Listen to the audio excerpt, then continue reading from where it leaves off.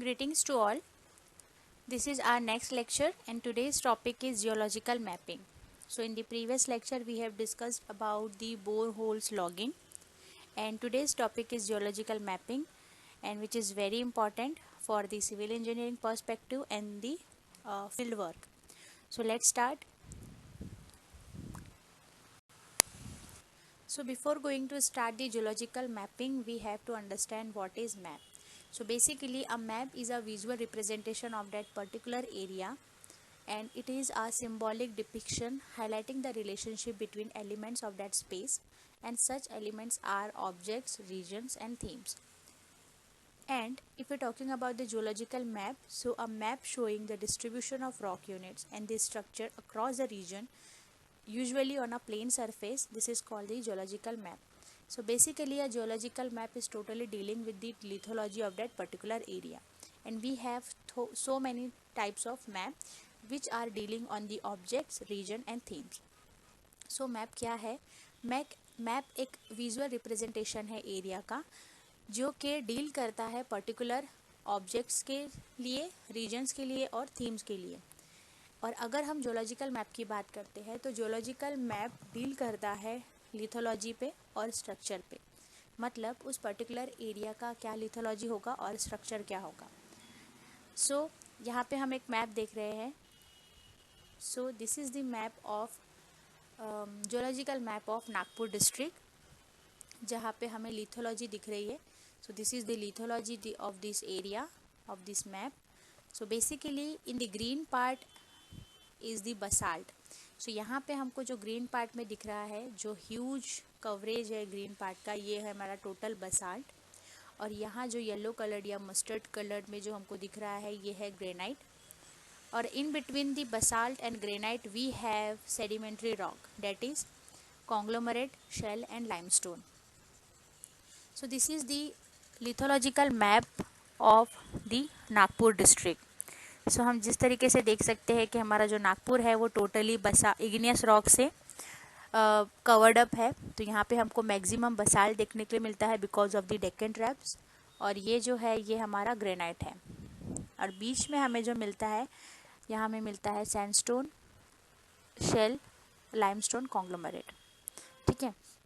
So this is the geological map of study area and this is the distribution of lithological area and this is the geological map of Nagpur district.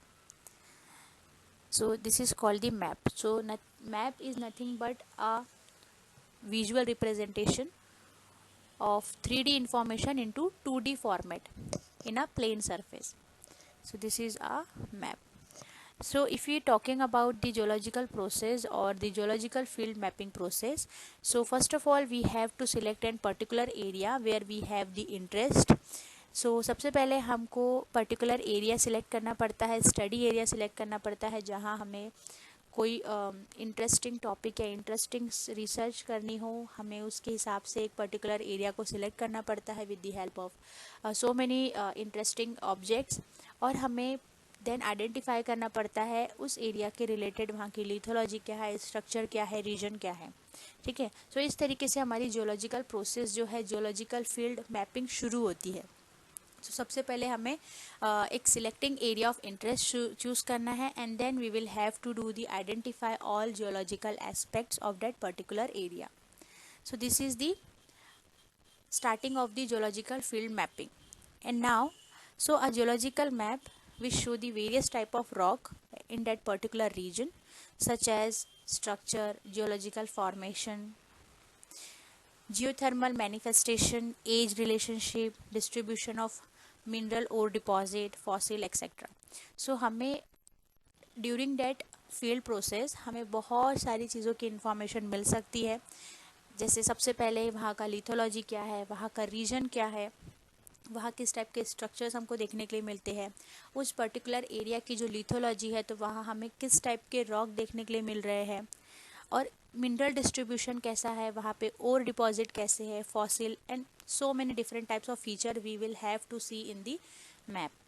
So this is all about the geological mapping and this is the first process to start the geological mapping. Now next we will see the another process.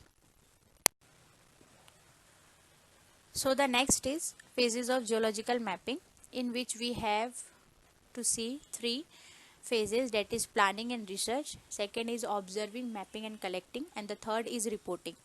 So if you're talking about the planning, so in this stage or in this phase we have to mostly carried out in the office. So these processes mostly carried out in the office, where or sometimes we have a short field trip which may be included in planning or research.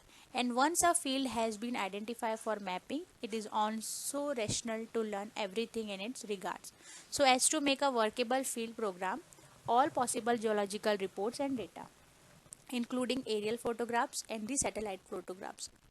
So basically planning and research के time पे या तो ये जो information है या mapping का जो प्रोसेस है या तो हम ऑफिस में करते हैं या समटाइम्स हमें एक फील्ड ट्रिप के लिए जाना पड़ता है.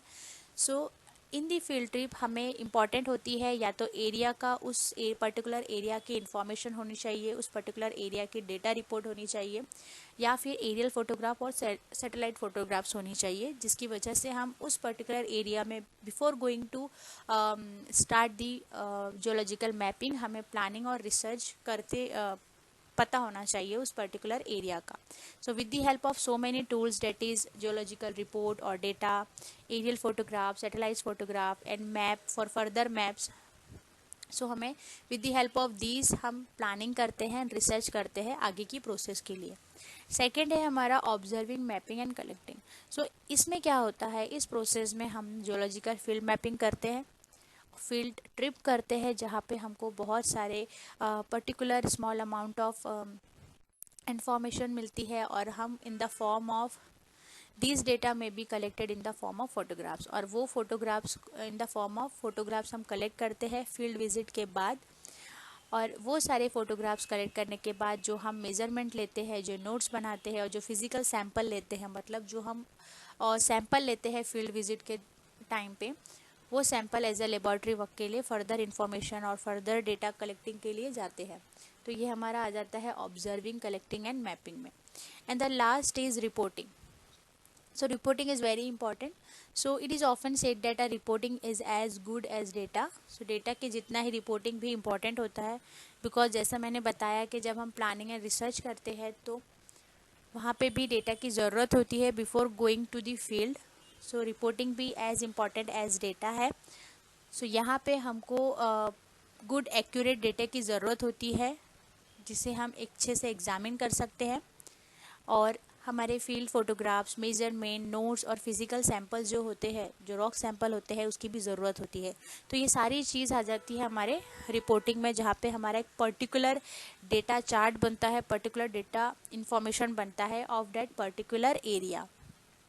सो ये थ्री मेन फेजेस है हमारे जियोलॉजिकल मैपिंग के. सबसे पहले planning and research, second is observing, mapping and collecting, and the third is reporting.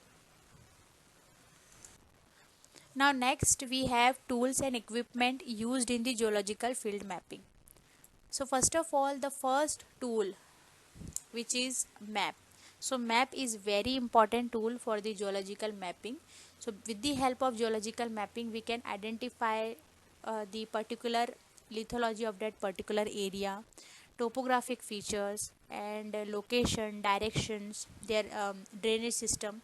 So with the help of map हम ये सारी चीज़ों को identify कर सकते हैं before going to field. So map is very important in the field work. Next है हमारा एरियल फोटोग्राफ और stereo photograph. So aerial photograph is also important. So जो एरियल फोटोग्राफ होती है हमें पता है वो एट अ हाइट लिया जाता है, just like a satellite photograph. So aerial photograph भी बहुत ज़्यादा इंपॉर्टेंट होती है. So with the help of aerial photograph हम बिफोर गोइंग टू फील्ड हम उस पर्टिकुलर एरिया की टोपोग्राफी देख सकते हैं, वहाँ का ड्रेनेज सिस्टम देख सकते हैं, एरिया देख सकते हैं, लिथोलॉजी देख सकते हैं, वेजिटेशन देख सकते हैं. बहुत सारी चीज़ों को हम इजीली आइडेंटिफाई कर सकते हैं बिफोर गोइंग टू फील्ड. मतलब बिफोर रिसर्च के पहले हम जब प्लानिंग करते हैं तो हम with the help of map और with the help of aerial photograph, stereoscope और सैटेलाइट फोटोग्राफ की हेल्प से वहाँ की सारी लिथोलॉजी, वहाँ के टोपोग्राफिक फीचर्स हम सब को आइडेंटिफाई कर सकते हैं. ठीक है. and where the aerial photograph may not exist, satellite imagery may be used, although it may not passes the fine details as seen on the aerial photograph. So satellite image भी हम use करते हैं aerial photograph की जगह, but satellite photograph में इतने ज़्यादा हमें डिटेल्स नहीं देखने के लिए मिलती, सो इसीलिए हम सबसे ज़्यादा एरियल फोटोग्राफ्स को ही फर्स्ट प्रेफरेंस देते हैं where we have to doing the geological field mapping. So the first important tool है हमारा map and the second is aerial photograph और सैटेलाइट फोटोग्राफ और स्टीरियोस्कोप. नेक्स्ट है हमारा compass and clinometer. So compass is very very important. With the help of compass हम particular area का direction identify कर सकते हैं कि हम किस डायरेक्शन में जा रहे हैं. For example north, south, east, west. अगर हमें डायरेक्शन को आइडेंटिफाई करना है तो हम with the help of compass direction को आइडेंटिफाई कर सकते हैं. हम किस लोकेशन पे है उस लोकेशन को आइडेंटिफाई कर सकते हैं. तो कॉम्पास होना is very very important. Next है हमारा क्लाइनोमीटर. सो क्लाइनोमीटर एक ऐसा इंस्ट्रूमेंट है which is use to measuring the inclination, tilt, elevation of the rock outcrop. So clinometer we have already discuss in the previous lecture कि what is clinometer. So clinometer एक ऐसा measurement technique और tool है जहाँ पे हम कोई भी पर्टिकुलर रॉक फॉर्मेशन का टिल्टेड देख सकते हैं, वो कितना एलिवेटेड है वो देख सकते हैं, और बहुत सारी चीज़ों को हम इजीली आइडेंटिफाई कर सकते हैं विद द हेल्प ऑफ क्लाइनोमीटर. और क्लाइनोमीटर का हम सबसे ज़्यादा यूज़ करते हैं हमारे फोल्डिंग, फॉल्डिंग, बेडिंग प्लेन्स को आइडेंटिफाई करने के लिए. ठीक है. और अगर कॉम्पास की बात करें तो कॉम्पास एक ऐसा इंस्ट्रूमेंट है which is used for determining the direction and has recently been supplanted by the modern device such as the global position system. So जो पहले के जो कॉम्पास आते थे उसमें हम यूजुअली एक मैन-मेड तरीके से सिर्फ डायरेक्शन को डिटरमाइन करते थे, बट अगर हम अभी के कॉम्पास की बात करें तो हमारे पास जीपीएस होता है. और जीपीएस क्या है आप सबको पता है. सो जीपीएस का फुल फॉर्म है ग्लोबल पोजिशनिंग सिस्टम.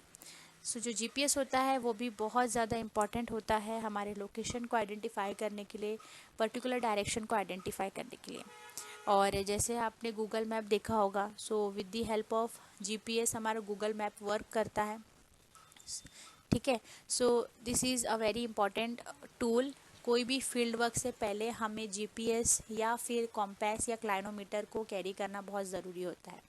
सो क्लाइनोमीटर जो होता है वो जीपीएस से डिफरेंट है, जो हमें इंक्लिनेशन को, टिल्टेड और एलिवेशन ऑफ रॉक और आउटक्रॉप की इंफॉर्मेशन देता है.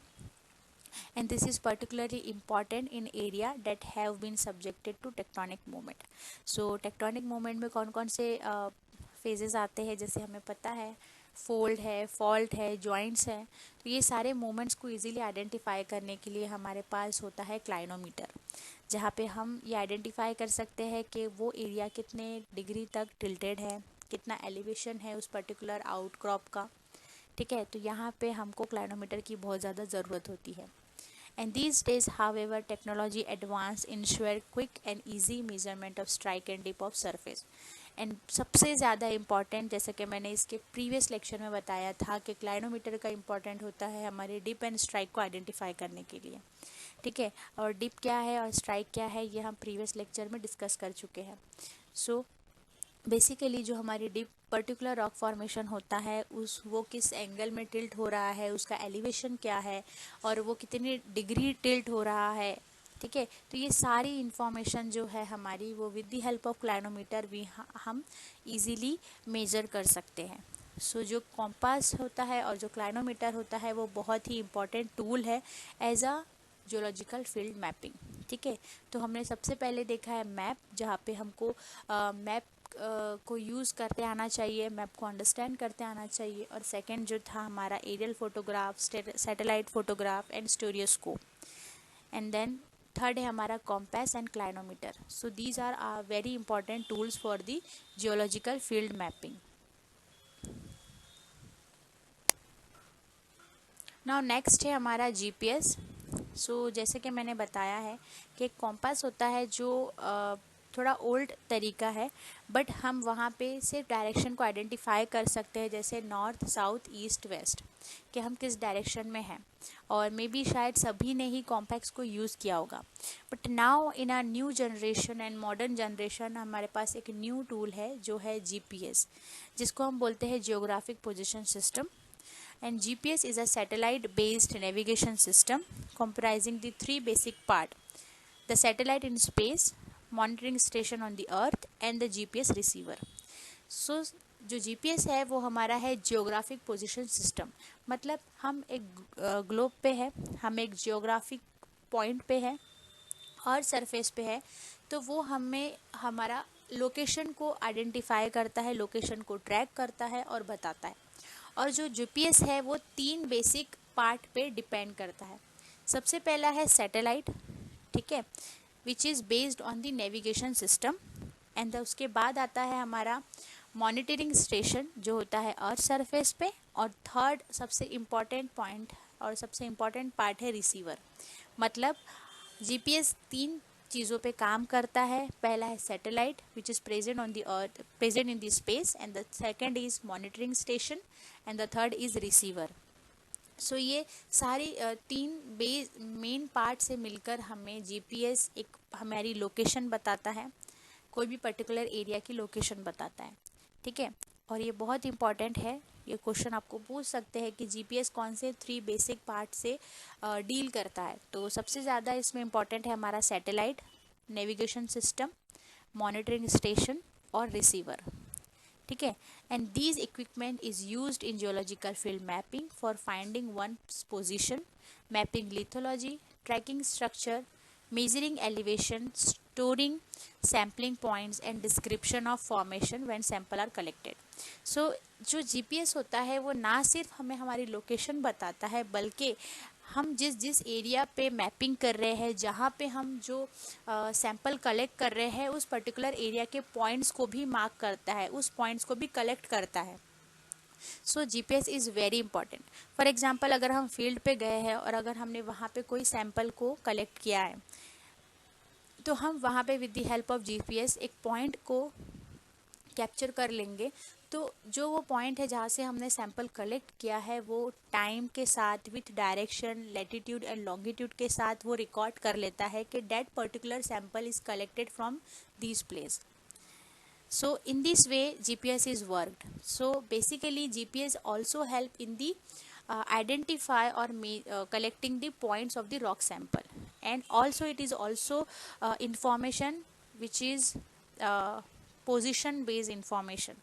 So सबसे ज़्यादा इम्पॉर्टेंट पॉइंट यही है कि पोजीशन बेस्ड इंफॉर्मेशन को कलेक्ट करके रखता है, चाहे फिर वो हमारी लोकेशन हो या रॉक सैंपल की लोकेशन हो। और एक और चीज़ इम्पॉर्टेंट है कि वो एलिवेशन जो है, मेजरिंग एलिवेशन पर्टिकुलर एरिया की, रॉक फॉर्मेशन की, उस एलिवेशन को भी आइडेंटिफाई कर सकता है और मेज़र कर सकता है, ठीक है। तो ये हो गया हमारा जीपीएस। अगर हम बात करें जियोलॉजिकल हैमर की, तो geological hammer is also a very important tool. So ये है हमारा जीपीएस और ये है हमारा geological hammer. So geological hammer is basic equipment for any geologist as it is the tool used for collecting sample. So हम normal जो हमारा हैमर होता है उससे हम सैम्पल कलेक्ट नहीं कर सकते। So geological hammer एक ऐसा हैमर होता है जो बेसिकली सिर्फ और सिर्फ रॉक सैंपल को कलेक्ट करने के लिए ही बनाया जाता है। अगर आप इसका शेप देख सकते हैं तो ये जो शेप है ये कुछ इस तरीके से शेप है कि ईज़िली जब हम कोई रॉक सैंपल को कलेक्ट करते हैं, तोड़ेंगे तो ईज़िली टूट जाए। तो ये जो हैमर है, जियोलॉजिकल हैमर, वो इसीलिए बनाया गया है ताकि रॉक सैंपल इजीली कलेक्ट हो जाए, इजीली ब्रेक हो जाए। सो this is totally depend on the geological hammer. और जो हमारा रॉक फॉर्मेशन होता है वो कभी हार्ड हो सकता है, कभी सॉफ्ट हो सकता है। तो बेसिकली हमारा जो जियोलॉजिकल हैमर है वो यही सारी चीज़ों को देखकर बनाया गया है कि हमारे रॉक फॉर्मेशन को किस तरीके से हम कलेक्ट कर सकते हैं, हमारे रॉक सैंपल किस टाइप का जो रॉक है, कभी सॉफ्ट होगा, कभी हार्ड होगा। तो it's totally depend on that particular geological hammer. So ये कैसा इक्विपमेंट है जो एज अ जियोलॉजिस्ट हम यूज़ करते हैं और ये बहुत ज़्यादा इम्पॉर्टेंट है फील्ड वर्क के टाइम पे। अगर हम फील्ड पर गए और हैमर ले जाना भूल गए तो this is very very bad news for geologist, क्योंकि जब हम जो फील्ड वर्क करते हैं तो वहाँ पे सैम्पलिंग ऑफ रॉक बहुत ज़्यादा ज़रूरी होती है कि वहाँ पे किस टाइप का रॉक है, और हमें वो सैंपल कलेक्ट करना ज़रूरी होता है। ठीक है, so with the help of geological hammer we collect the sample and this is very important tool. Next है हमारा हैंड लेंस, जहाँ hand lens, this is an image of hand lens. So this is very important. Hand lens use होता है जब हम कोई rock formation को देखते हैं, या हम जब कोई रॉक सैंपल कलेक्ट करते हैं फ्रॉम दी फील्ड और ड्यूरिंग द फील्ड प्रोसेस और फील्ड मैपिंग, तो हम उस रॉक फॉर्मेशन को या उस पर्टिकुलर रॉक सैंपल को with the help of hand lens देखते हैं कि किस टाइप के रॉक है, उसका टेक्सचर क्या है, और उसका क्लीवेज है कि नहीं, कौन कौन से मिनरल्स हमको देखने के लिए मिलते हैं। तो कभी कभी बहुत सारी चीज़ें जो है हमको ड्यूरिंग द फील्ड प्रोसेस हमें लिखनी पड़ती है हमारे फिज़िकल नोट्स में। तो ये सारी चीज़ों को इजीली आइडेंटिफाई और मेज़र करने के लिए, डिटरमाइन करने के लिए हमारे हैंड लेंस का होना बहुत ज़रूरी है, ताकि हम फाइन चीज़ें, जो फाइन एक्सट्रीमली फाइन थीन होती है जो रॉक सैंपल में होती है, उसको हम इजीली आइडेंटिफाई करें। क्योंकि कुछ कुछ टेक्सचर या स्ट्रक्चर ऐसे होते हैं जो हम नेकेड आई से नहीं देख सकते। सो with the help of hand lens हम इजीली आइडेंटिफाई कर सकते हैं हमारे रॉक सैंपल को during the field process. So this is also important. So this is the GPS, this is geological hammer, and this is the hand lens. Now next is sample bags, measuring tape, field notebook, masking tape or marker pens, and the last is field camera. So this is also very important. हमारे पास हमें सबसे पहले चाहिए sample bags. जो हम sample collect करते हैं during the field process with the help of geological hammer, तो हमें उसको कलेक्ट करने के लिए एक सैम्पलिंग बैग चाहिए जो कि कुछ इस तरीके की होती है, जहाँ पे हम इसके अंदर सारे रॉक सैंपल कलेक्ट करके रख सकते हैं। दूसरा है मेजरिंग और measuring tape. This is a measuring tape. ये भी बहुत ज़्यादा इम्पॉर्टेंट है। अगर कोई एरिया का हमको मैप बनाना है या कोई एरिया को हमको काउंट करना है, मेज़र करना है, तो हम easily with the help of measuring tape गिन सकते हैं। फॉर एग्जांपल, अगर हम फील्ड विजिट कर रहे हैं और वहाँ पे हमको फोल्डिंग एंड फॉल्टिंग मिल गया, तो हम उस फोल्ड का मतलब, उस फोल्ड का कितनी लेंथ है, कितनी लंबाई है, वो with the help of measuring tape easily identify कर सकते हैं इन दी फील्ड वर्क। ये मेजरिंग टेप भी बहुत ज़्यादा इम्पॉर्टेंट होता है। And marker pens. मार्कर जो पेन होते हैं वो भी बहुत ज़्यादा इम्पॉर्टेंट होते हैं। वो क्यों इम्पॉर्टेंट होते हैं? क्योंकि जब हम कोई फील्ड को सैंपल को कलेक्ट करते हैं फ्रॉम द फील्ड, तो हम उसके ऊपर मार्क करके रखते हैं या मार्किंग करते हैं, या फिर 1 2 3 कर सकते हैं, या जो भी हमें चाहिए हम वो कर सकते हैं। या हमको जैसे फॉर एग्जांपल, अगर हम फील्ड से सैंडस्टोन मिल रहा है तो हम उस पर सैंडस्टोन लिख सकते हैं, या फील्ड से रॉक मिल रहा है, कोई भी रॉक जो मिल रहा है हम उस पर रॉक का नाम लिख सकते हैं, या जगह के नाम लिख सकते हैं, या उसके ऊपर नंबरिंग लिख सकते हैं। तो मार्कर पेन होना भी बहुत ज़्यादा ज़रूरी है।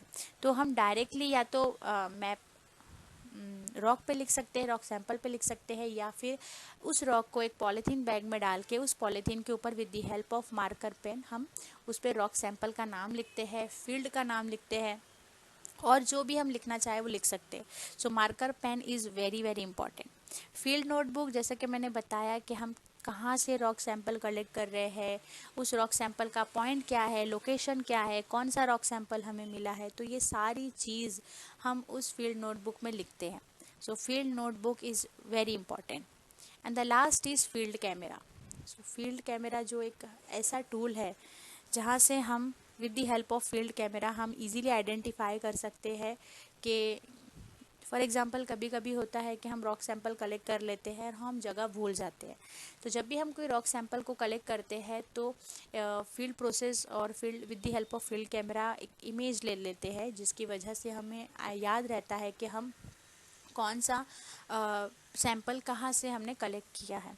ठीक है, तो फील्ड कैमरा होना भी बहुत ज़्यादा ज़रूरी होता है बिकॉज़ और एक और इम्पॉर्टेंट पॉइंट ये है कि फील्ड कैमरे से जो हम ड्यूरिंग द फील्ड प्रोसेस हम जितनी भी इमेज लेते हैं वो हमें आइडेंटिफाई होती है। फॉर एग्जांपल अगर कोई एरिया में फोल्ड है, फॉल्ट है, या हमें रॉक फॉर्मेशन देखने के लिए मिलता है, तो हम उस फोल्ड एंड फॉल्ट की इमेज लेते हैं। ताकि अगर हमें इन फ्यूचर हमारे रिसर्च पेपर में इमेज फ़ोटोज़ लगानी हो या हमें उसको आइडेंटिफाई करना हो, तो हम उस एरिया की फील्ड फ़ोटो ले लेते हैं, फील्ड कैप्चर कर लेते हैं with the help of field camera. So field camera is very very important. So this is the another tools of the geological field mapping. So ये हमारा सैम्पलिंग बैग हो गया, जहाँ पे हम रॉक सैंपल को कलेक्ट करके रखते हैं। मेजरिंग टेप, सो ये this is the measuring tape, जहाँ से हम जियोलॉजिकल फील्ड को इजीली मेज़र कर सकते हैं। This is field notebook, masking tape जो कि, और marker pen. So these are also very important. Field notebook होना भी बहुत ज़रूरी होता है, मार्कर पेन्स होना भी बहुत ज़रूरी होते हैं। And the last is field camera. So these are all the tools. So we have seen the geological field tools, जिसमें हमने सबसे पहले देखा मैप, और उस मैप में हमको उस पर्टिकुलर एरिया का मैप होना बहुत ज़रूरी होता है। उसके बाद एरियल फोटोग्राफ्स या सैटेलाइट फ़ोटोग्राफ की हेल्प से भी हम बहुत सारी इन्फॉर्मेशन गैदर्ड करते हैं before going to field work.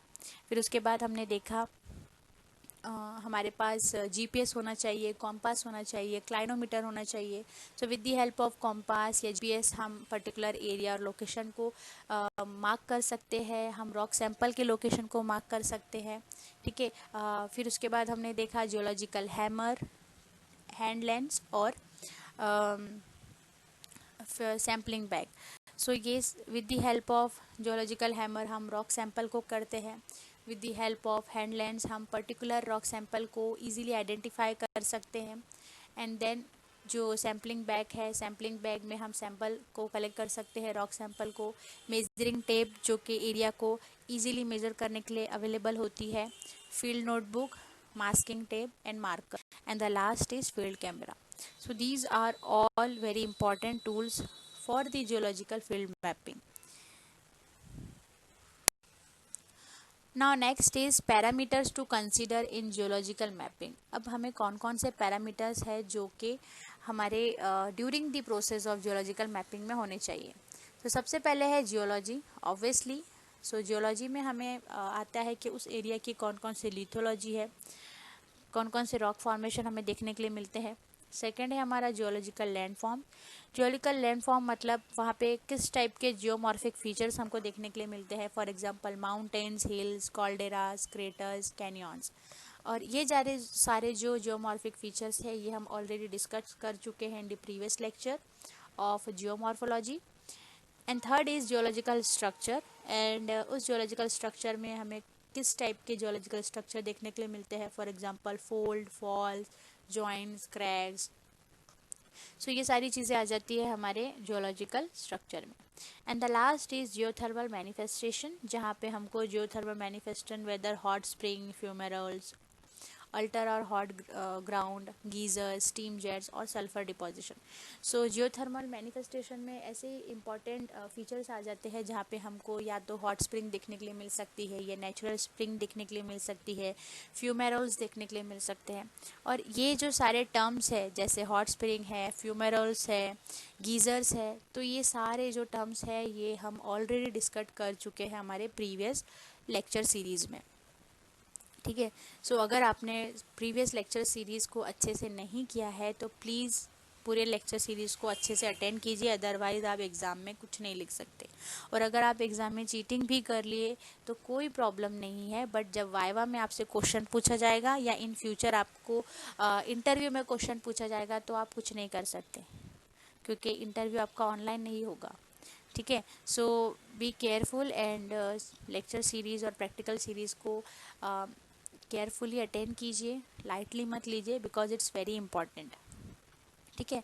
सो ये सारे हमारे पैरामीटर्स है which is considered in the geological field mapping. So we have completed our borehole logs and geological field mapping, and in the next part, in the next lecture we will going to discuss about the next part of the map or geological field mapping.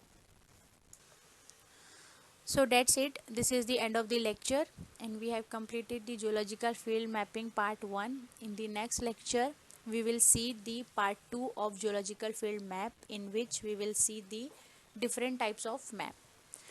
So if you have any queries or doubt regarding with the lecture topic or unit, you can ask in the comment section, and please make sure you have to make your own notes with the help of lecture series. And so that's it.